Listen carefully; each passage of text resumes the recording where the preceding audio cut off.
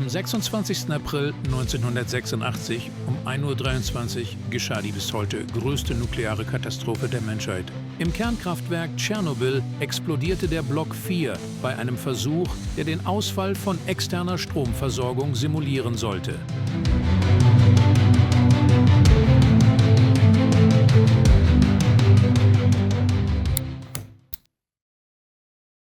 Das sieht alles harmlos aus, aber die meisten der Menschen, die ihr hier seht, leben nicht mehr.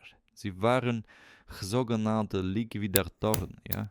Sie waren so etwas wie Ersthelfer in der Gebiet der Sache nach dem Unglück. Die Strahlung hat ihnen und ihrer Familie sehr geschadet. Ich hatte Glück, ich war erst später fort. 1988 hatte ich gerade meine Habilitation über die bionukleare Strukturen in Tierkörpern geschrieben. Als mir im Herbst der Aufgabe zukam, nach atomabverseuchten Tieren in der verstrahlten Zone rund um Tschernobyl Ausschau zu halten und sie zum Abschuss freizugeben. Dabei mache ich eine fabelhafte Entdeckung. Keine, die der Welt verändern sollte. Ja? Ich hatte eine exorbitant große Raupe in Unterholz gefunden. Wenn man so will, eine Riesenraupe. Mein Fund melde ich sofort einem Offizier und umgehend wurde Moskau in Kenntnis gesetzt. Zurück kam der Order, dass der Raupehund verzüglich zu untersuchen sei. Und ich, ab diesem Zeitpunkt, der Forschungsgruppe leite.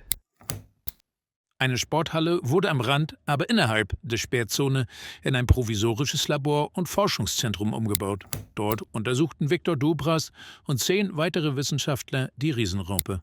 Von Anfang an unterlag das Projekt größter Geheimhaltung. Schnell konnten wichtige Erkenntnisse gesammelt werden und allen Beteiligten wurde klar, dass die Entdeckung und Forschung an dem Tier von riesiger Bedeutung ist. Es wurde unter anderem festgestellt, dass die Raupe eine große elektrische Spannung besaß und an ihr Batterien aufgeladen werden konnten. Durch einen Zufall konnte das Fleisch ebenfalls empirisch untersucht werden. Es enthielt sehr viel Protein, war aber gleichzeitig kalorienarm, roh verzehrbar und schmeckte nach einem saftigen Braten. In der Zeit der Untersuchung setzte keine Alterung der Raupe ein. Damit gab es weder eine Verpuppung noch einen Riesenschmetterling. Das Wichtigste aber war, dass keine atomare Strahlung von der Raupe ausging. Dem Kreml wurde regelmäßig Bericht erstattet und dieser schmiedete bereits große Pläne. Nach mehreren Monaten harter Arbeit und strapaziöser Bedingungen erhielten wir eine Einladung zu einem außerordentlichen Parteitag der KPDSU nach Moskau. Wir waren aufgeregt, denn viele Informationen darüber, was uns erwarten sollte, hatten wir nicht. In Moskau angekommen empfing uns eine große Delegation. Vom Flughafen ging es direkt zu Kreml.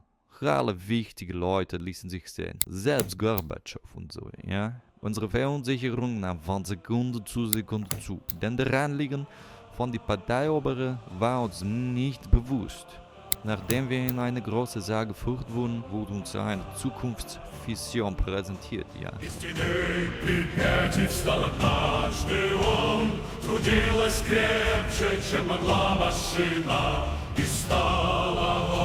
Он для всех вокруг, красное знамя гордо держит в ветру.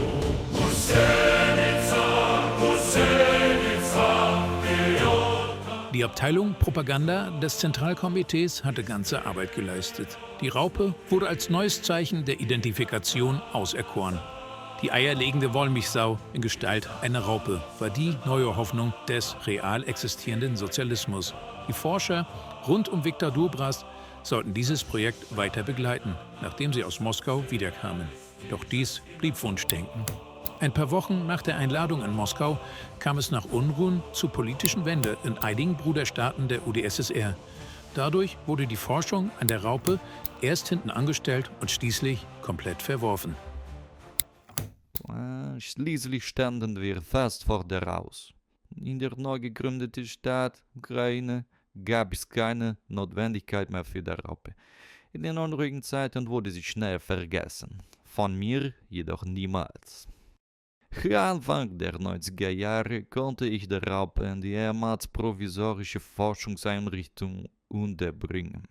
Die Forschung konnte ich aber nicht fortsetzen, dafür war ich zu sehr auf mich alleine gestellt. Aber ich errichtete ein inoffizielles Reservat an genau dieser Stelle. Der Verrückte ist, seitdem ich mit der Raupen hier in der Reservat lebe, sinkt die Belastung durch radioaktive Aktivität. Ich habe schon mehrere Geigerziele benutzt, habe immer die gleichen Ergebnisse. Noch fehlt die Forschung dazu, aber wer weiß, vielleicht ändert sich das bald. Neben den Aufgaben im Reservat hat sich Viktor Dobras noch eine andere Aufgabe gesetzt.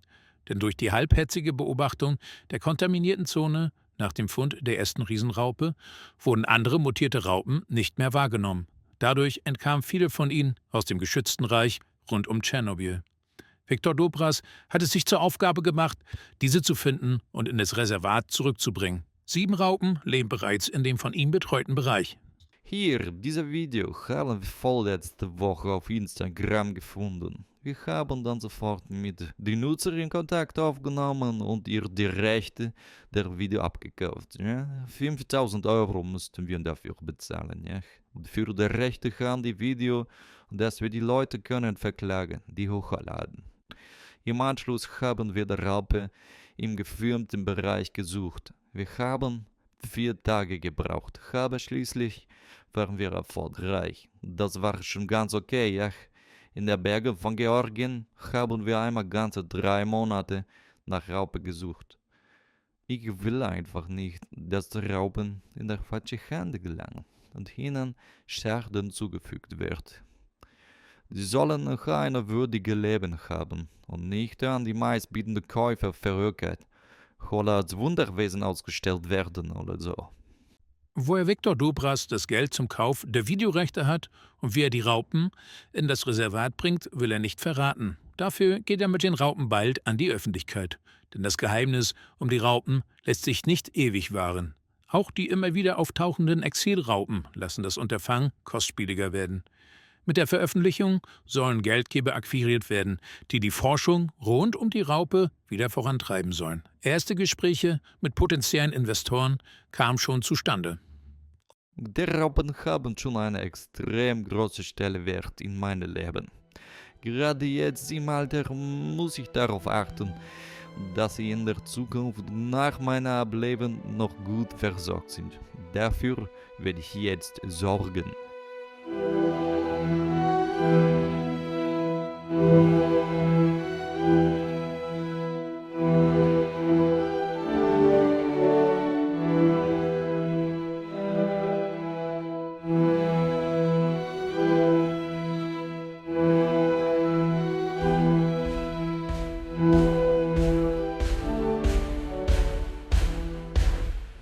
Aus dem Schattenbrückplatz erhob sie sich einst.